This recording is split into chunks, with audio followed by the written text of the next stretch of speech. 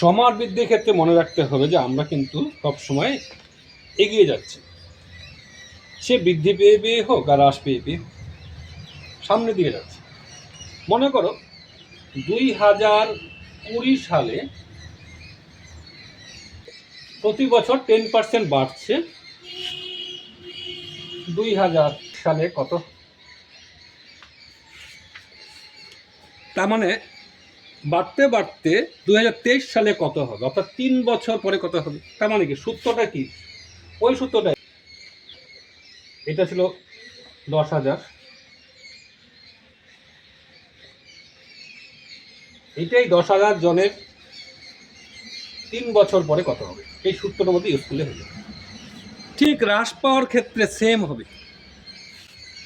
এই যে মনে করো 3 নাম্বারটা, একটা মেশিনের মূল্য 10% হ্রাস পায়,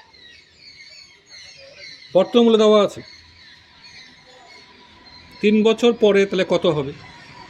তো বর্তমান থেকে আমি 3 বছর পরে যাবো, তাই তো, সেম অবস্থা হবে কিন্তু হ্রাস পাইতে হবে। এখানে এই সূত্রটা হবে, এখানে 3 হবে, এখানে আসলটা বসিয়ে দিও আর এ মানটা বসিয়ে দিবে, বাস। কিন্তু এখন তোমাকে যদি বলে, আমি কিন্তু এটা বর্তমান থেকে কিন্তু সামনে গেলাম, তাই না। এবার যদি বলে পূর্বে কত ছিল, 3 বছর পূর্বে কত ছিল। আচ্ছা, এখন যদি বলে পূর্বে কত ছিল, কত বলো, 3 বছর পূর্বে বা 2 বছর পূর্বে কত ছিল। পূর্বে যাওয়া যাবে না, কিন্তু তুমি পূর্ব থেকে বর্তমানে আসতে পারো, বর্তমানে দেওয়া থাকবে, এটা সে প্রশ্ন করতে হবে।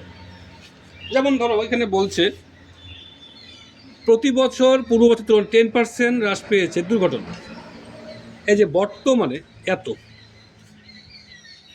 তাহলে 3 বছর পূর্বে কত ছিল। আমি যদি ধরি 3 বছর পূর্বে পি, নিশ্চয়ই পূর্বটা থেকে বর্তমানে আসলে 3 বছর পার হয়ে আসবে না, বর্তমানে আসবে, এটার সঙ্গে প্রশ্ন হবে। এটা মনে রাখতে হবে। আমি পিছন থেকে সামনে আসি, কীভাবে হয়, ধরি 3 বছরের পূর্বে ঘটে পি, তো বর্তমানে কয়টা হবে,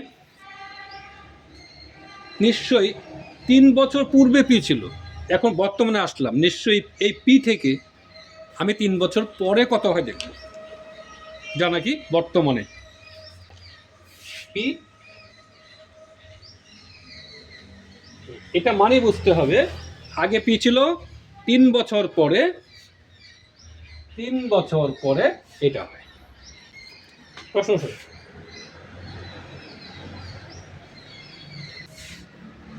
ঠিক আছে।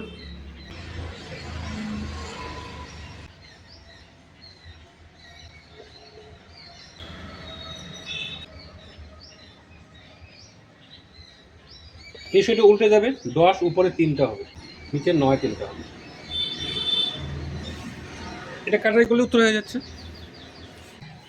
এভাবে প্র্যাকটিস করার জন্য দেখো, এখানে করো, 7 করো, 9 করো, 10 করো, এখানে বেশি লাগবে না, শুধু নিয়ম দুটা খালি করতে হবে।